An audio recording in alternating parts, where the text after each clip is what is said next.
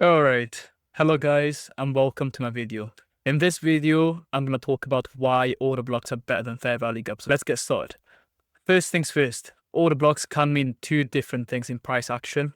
First of all, a change in state of delivery, right? In which price hits a certain key level and forms an order block, usually followed with a fair value gap.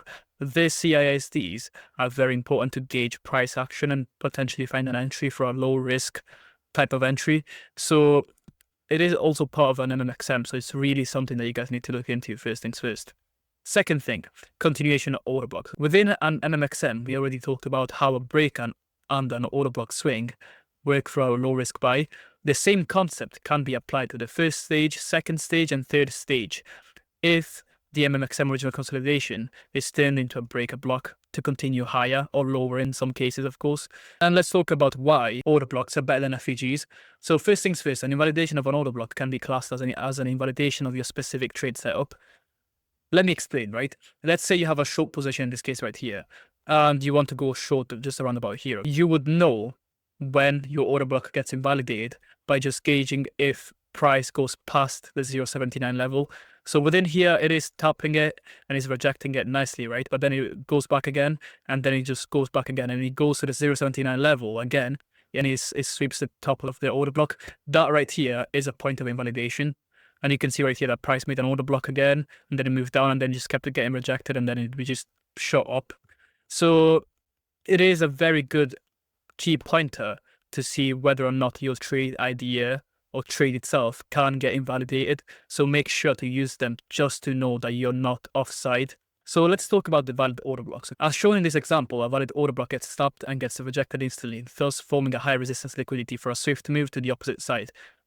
And let's have a look right here. So we have the OT of the change in state of delivery in this case, as you can see right here. We had the price trying to tap into the order block's OTE. It got very close, and then this candle went like this, boom, and then it just rejected off of it very nicely. And then we can see right here that we had a bit of a low resistance move right here. You can see right here that we had a choppiness just within this range right here. And we can see after we swept this whole range of this liquidity that was accumulated here and here, we've just made a swift move up. So you can gauge high resistance liquidity towards an order block, and then a low resistance liquidity moving on to the opposite side. This is very interesting to look at. Let's talk about how order blocks are heavily time frame reliant. They are put in at certain key points of price to go from a swing to one side to the other side.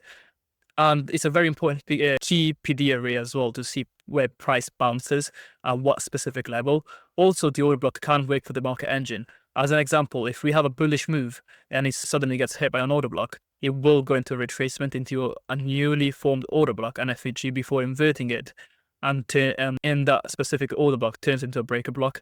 So let's have a look at the backtesting example. So, all right, so let's start with the backtesting. So what I'm going to do is replay mode, select a random date, boom, this one, there you go. Let's have a look.